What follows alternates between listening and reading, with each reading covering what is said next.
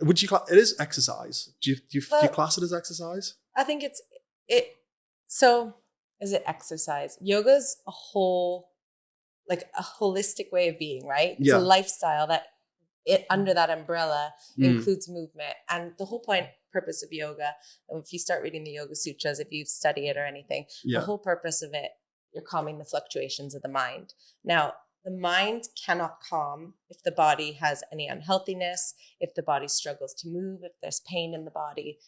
That's what you're concentrating on. Your mind cannot clear itself. You can't sit. And that's eventually what we aspire to, is to be able to just sit with yourself and then sit beyond yourself, if that ever makes sense. But if, let's say, you've just come from the gym, your hamstrings are really tight and you're moving through these positions and it's really difficult and there's soreness, there's this, there's that. And we're trying to open up with the movement and all you're feeling is the pain and the tightness. That's all you're going to concentrate on. So you can't actually quiet the mind down. Eventually, when you do find the space in the body, all these movements that are challenging for sure, but it starts to become more of a moving meditation. The mind can calm, the body can flow, the breath flows with it. And it just all sort of becomes this all-encompassing practice. I definitely felt that. I felt that it was the only thing I could kind of focus on while I was there, because it was obviously difficult for me. And because you feel like you're really in that moment. You're not thinking about anything else because you're taking your body through these positions and like there's so much focus on the breathing. And as soon as you start thinking about your breathing, you can't really focus on anything else because that kind of takes over. And I did find that in that 45 minutes or whatever it was, I realized that all I was thinking about was the practice as opposed to external things that you'd usually be thinking about. Because even when you're kind of out on a jog or you're doing cardio or something like that, you can always start thinking about other things because eventually it becomes, mundane because you're just doing the same thing, one leg in front of the other. But because you were always kind of moving through that kind of trainer, like instructor-led practice, you were kind of moving from those other positions. And all I could think about was my breathing because I knew it was important during it and it was being reiterated to me. The teacher said so. Over and over again. But it gives you a chance to just think about stuff like that, which if you've never tried it before, is quite cool because, you don't really get a chance to do those things. Even if you're like going to the gym and doing resistance training, like you're between sets and stuff like that. So no, it was really interesting doing it. And yeah, it totally does make sense kind of when you were saying that, like sitting with yourself. I was struggling to kind of work out if it is a form of that. Because when I'm in there, I'm like, is this a form of exercise or is this something totally different? Because it was kind of the first time that I'd been told to think about like how I felt during exercise. Because obviously I came from exercise and sport and things, and you're never told to think about how you feel. You're just kind of told to do stuff, and it doesn't really matter how you feel. Yeah, no pain, no gain. Yeah, but I don't think that is not the essence of yoga. It was, But no, it's definitely a good experience for anybody who's interested in like trying some different things out to get something different out of their body. Do you feel like you started doing the yoga and then you realized that you wanted to teach it because you wanted to kind of pass that on to other people? Or was it kind of like, look, I just want to do this all the time, and if I can help other people, like this is helping me kind of do something I love all the time? I would say one graduated into the other. Because when I started, I didn't think I was allowed to do it all the time. Right.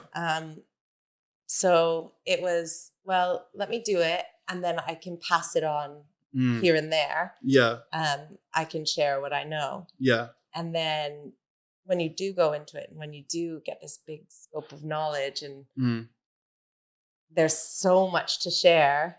Yeah. I think it almost helped me get the permission to take the leap and do it full time and do it all the time and live it all the time. Because can you kind of remember a time before you did yoga? Like, do you remember what that felt like not doing yoga, how you felt in yourself? I can remember where... I don't want to bait you out by like trying to make you feel old, by the way. No. I know you didn't want to like... What do you say? Okay, what do you say? How old were you when you started? No. But, yeah, do you remember how you felt before you did it? So when I started, I probably was I want to say 14 years old or something, like really young. Yeah.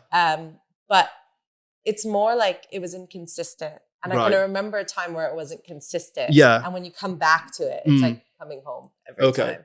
So I guess with me then, I don't really remember a time before fitness and exercise obviously with yoga, it's like an actual practice that's, you know, a specific practice. Whereas with like exercise training, living a healthy lifestyle, which is what I did, what I passed on as a personal trainer.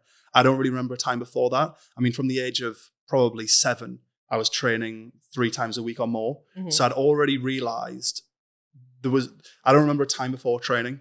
I just remember that exercise, fitness, sport, healthy living has always been part of what I did. You know, 8 years old isn't old to start thinking, you know, trying to think about how you felt before you did this. I just was kind of in there, you know, doing athletics training or playing hockey or playing rugby or, you know, starting the gym at like kind of 14, but I was always kind of active.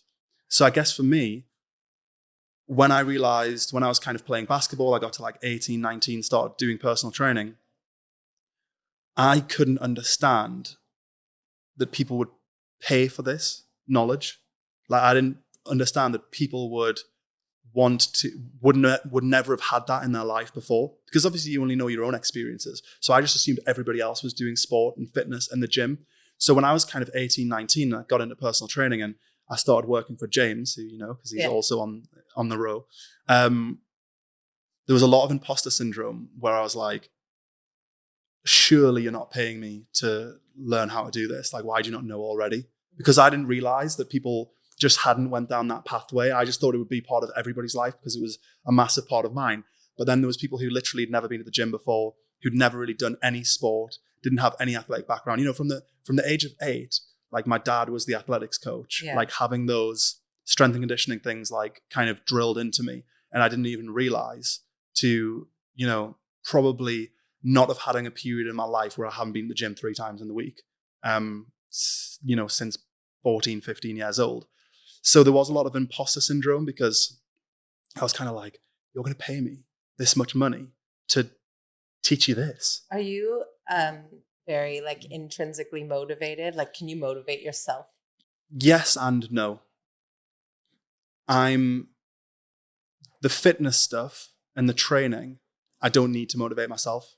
You just do it. Yeah, it's just So that might be where the imposter syndrome comes from too. Yeah. So many people need that person that they like. People pay for having someone to answer to. Yeah.